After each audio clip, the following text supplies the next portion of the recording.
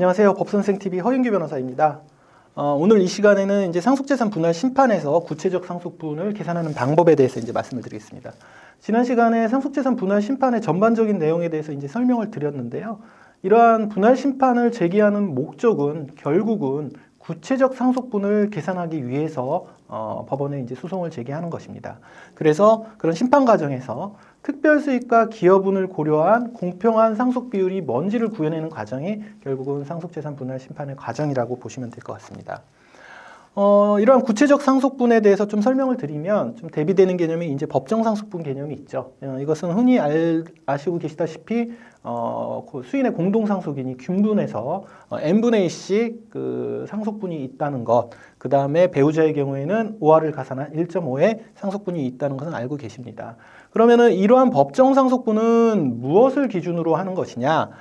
남은 상속재산, 즉 그 망인께서 생전에 증여한 재산 이런 걸 빼고 순수하게 남기신 재산에 대해서 법정 상속분을 곱하는 게 아니라 그러한 개념에 대비해서 남은 상속재산에다가 특별수익을 모두 합친 금액, 그러니까 생전에 자신의 그 재산을 생전에 증여한 재산까지 모두 한 통 속에 넣어서 남은 상속재산과 합친 금액을 이제 간주상속재산이라는 강학생 개념을 만들어냅니다.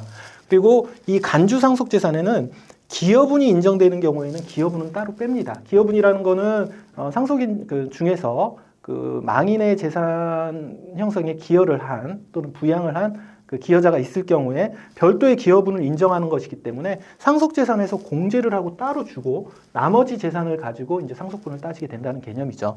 그래서 기여분이 있게 되면은 사실 이 상속분 계산하는 게 상당히 이제 복잡해지기 때문에 개념상으로 간주 상속재산을 남은 상속재산과 특별수익을 합한 재산이라고 보시고, 만약에 기여분이 있다면 그걸 공제해야 되지만 기여분이 없다면 이 두 개를 합친 재산이 간주상속재산이라고 보시면 될 것 같습니다.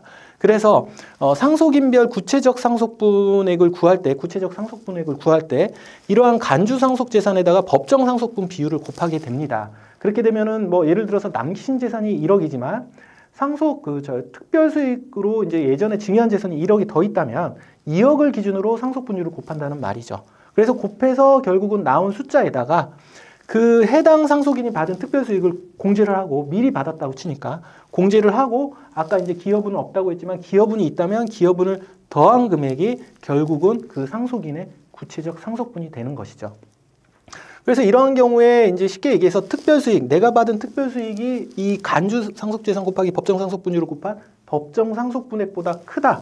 쉽게 얘기해서 내가 원래 받아야 될 그 상속분이 5천만 원인데 특별수익을 7천만 원을 받았다라고 하면 이제 마이너스가 되니까 그 2천만 원을 뱉어내야 되느냐? 그럴 필요는 없다는 것이 이제 초과 특별수익은 반환할 필요가 없다라는 의미이고요.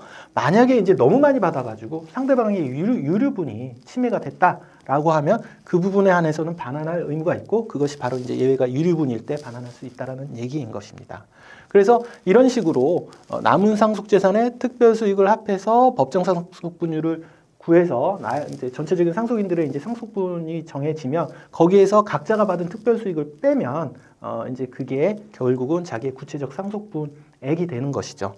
그리고 구체적 상속분율이란 뭐냐면 각자의 전체의 그 구체적 상속분 합계를 분모로 하고 나의 구체적 상속분액을 분자로 하게 되면 이게 구체적 상속분율, 지분이 되는 겁니다. 이게 어떤 의미가 있냐면 이 지분율이 나오면 그에 따라서 부동산을 그 지분율에 따라서 공유하거나 예금을 공유하게 되는 것이기 때문에 일종의 상속재산의 어떤 기준이 되는 지분율이라고 보시면 될 것 같습니다. 일단 이 정도 설명으로 마치고 계산 사례를 보면서 보시면 좀 이해가 될 것 같습니다. 크게 세 가지 사례를 준비를 했는데요. 첫 번째는 이제 특별수익이 있는 경우에 어떤 식으로 계산되는지 보겠습니다. 간단하게 피상속인 명의의 재산 가액이 남겨진 재산 가액으로 표현하겠습니다. 이게 부동산일 수도 있고 예금일 수도 있지만 일단 계산은 가액을 기준으로 하기 때문에 가액 기준으로 설명을 드리면, 피상속인의 재산 가액, 남겨진 재산이 5천만 원이고 상속인으로는 배우자 A와 자녀 B씨가 있다는 그 사례를 가정해 보겠습니다. 이때 자녀 B한테는 생전 증여로 1,500만 원을 증여한 게 있고, 그 다음에 자녀 C에게는 500만 원을 증여한 게 있다라고 하고, 그리고 기여분은 없는 걸로 하겠습니다. 계산이 복잡하기 때문에. 이런 경우에 간주상속재산은 제가 말씀드린 대로 남겨진 재산 5천만 원과 B에 대한 증여, C에 대한 증여 다 합친 7천이 간주 상속 재산이 되는 겁니다. 그래서 기준은 7천만 원이 되는 거고요. 여기에 법정 상속분을 곱해서 하게 되면 3천, 2천, 2천이 결국은 법정 상속분액이 됩니다. 무슨 얘기냐? 이러한 증여가 생전에 없었다면 사실 이 금액은 여기에 포함돼서 남아있다라는 전제로 계산을 하는 거죠. 7천만 원이. 근데 어쨌든 이게 없었다면 이렇게 상속받았어야 되는 것인데 여기에서 이제 결국은 각자의 특별 수익을 빼면 그게 구체적 상속분액이 되는 거죠. 배우자 A 같은 경우에는 증여를 받지 못하셨기 때문에 자기 법정 상속분에서 특별수익 0을 빼면 3천을 이제 받으셔야 되고, 자녀 B 같은 경우에는 원래 2천만 원을 받아야 되는데 특별수익 1,500을 받았기 때문에 이제 500만 원만 받아야 되는 것이고, 자녀 C 같은 경우에는 마찬가지로 500만 원을 미리 받았기 때문에 1,500만 원만 받으면 된다. 그 계산 결과 구체적 상속분이 3,500, 1,500으로 됐는데 이게 합친 금액이 5천이고 이게 결국은 남은 상속재산으로 기결이 계산상 당연히 되게 되는 것이죠.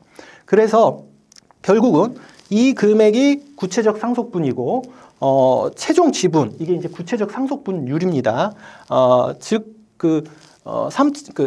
전체 합친 5천만 원에서 각자의 구체적 상속분을 분수로 표현하면 5천분의 3천 0.6, 60%, 5천분의 500, 0.1, 5천분의 1,500, 0.3. 결국은 이게 구체적 상속분율, 지분이 되는 것이고, 만약에 이 5천만 원의 이 가액이라는 것이 부동산이었다면 이 지분 비율대로 등기가 된다라고 보시면 될 것 같습니다. 그래서 결과적으로 보면 자녀 B와 C가 생전에 1,500, 500씩 받았지만 결국은 남은 재산을 이런 식으로 특별수익을 고려해가지고 최종 취득하는 금액, 우리 배우자 A는 3천을 그대로 받았고 자녀 B는 생전 증여로 1,500, 그리고 남은 재산에서 500 받아서 2천, 또 자녀 C는 증여받은 500과 자녀 재산 1,500을 합쳐서 2천, 이렇게 되다 보니 증여가 있었음에도 불구하고 최종적으로 취득하는 금액은 법정 상속분대로 정리가 되게 됩니다. 그러니까 어떻게 보면 특별하게 자녀에게 증여를 했어도 이 특별수익이 고려되는 것 때문에 결국은 법정 상속분으로 다 정리가 되는 거 아닌가라고 생각을 하지만, 이거는 이러한 증여가 초과 특별수익이 아닐 때 이런 결과가 되는 것뿐이지 초과 특별수익자가 발생하게 되면 또 다른 결과가 되게 됩니다. 그 부분은 다음 사례로 좀 보겠습니다. 비슷한 사례인데 이번에는 피상속인 명의 재산가액이 3천만 원이고 자녀 역시 같은 사례에서 자녀 B한테는 생전증여 3천, 그리고 C한테는 생전증여 1,000만 원을 증여한 사례를 보겠습니다. 여기서도 마찬가지로 간주상속재산을 계산을 해보면 일단 피상속인 명의의 재산가액 3천만 원, 여기 좀 오타가 있습니다. 죄송합니다. 여기 3천이고 그 다음에 B에 대한 증여 여기도 역시 3천, 그 다음에 C에 대한 증여 1,000을 합치니까 아까 앞 사례하고 계산 적인 과정은 틀리지만 간주상속재산이 7천인 건 동일합니다. 그래서 간주상속재산 7천으로 보고요. 역시 마찬가지로 법정상속분 곱해서 법정상속분이 3천, 2천, 2천이라고 해놨습니다. 요 가로에 이제 1,500, 1,000 해놓은 건 이른바 유류분입니다. 유류분은 직계 비속이나 배우자의 경우에 자기 법정 상속분의 2분의 1이라고 이제 표현을 하죠. 그러니까 내 법정 상속분이 3천, 2천, 2천원 나왔다면 그 절반이 이제 유류분이 되게 되는 것입니다. 참고로 보시고요. 그리고 이때 특별수익, 배우자 A의 특별수익 0이니까 요거를 공제하면 구체적 상속분은 3천. 그 다음에 이제 자녀 B 같은 경우에는 자기의 법정 상속분은 2천이지만 특별수익이 3천이기 때문에 빼면은 마이너스 1천이 됩니다. 이런 경우를 흔히 얘기해서 이제 초과 특별수익자라고 얘기를 하죠. 그리고 자녀 C 같은 경우에는 2천 법정 상속분에서 1,000 증여를 빼니까 1천 정도가 이제 구체적 상속분인데요. 이 초과 특별수익자가 발생했을 때 그렇다면 이 1천만 원을 반환해야 되느냐? 그렇지 않습니다.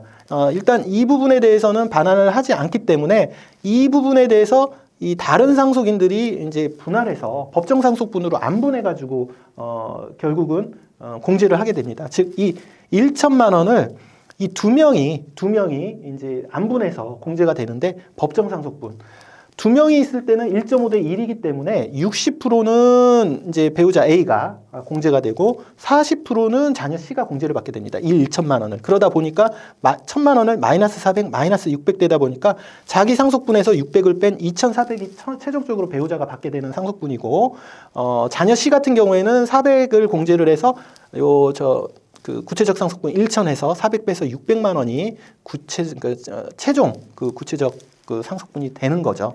그러다 보니까 최종 지분율도 3,000분의 2,400, 3,000분의 600, 0.8 대 0.2로 이 재산 3천만 원을 나눠 갖게 된다. 이런 결과가 됩니다. 여기서 보시면 일단 초과 특별 수익은 이제 반환을 안 해도 되지만 아까 제가 말씀드렸다시피 다른 사람들의 그 유류분이 침해됐을 때는 반환을 해야 된다고 말씀을 드렸지 않습니까? 그래서 여기에 적어 놓은 그 배우자 A의 유류분 1,500, 자녀 C의 유류분 1,000인데 최종적으로 배우자 A 같은 경우에는 2,400만 원을 가져가기 때문에 자기 유류분보다 많이 받아갔습니다. 그러니까 유류분 침해가 아니고요.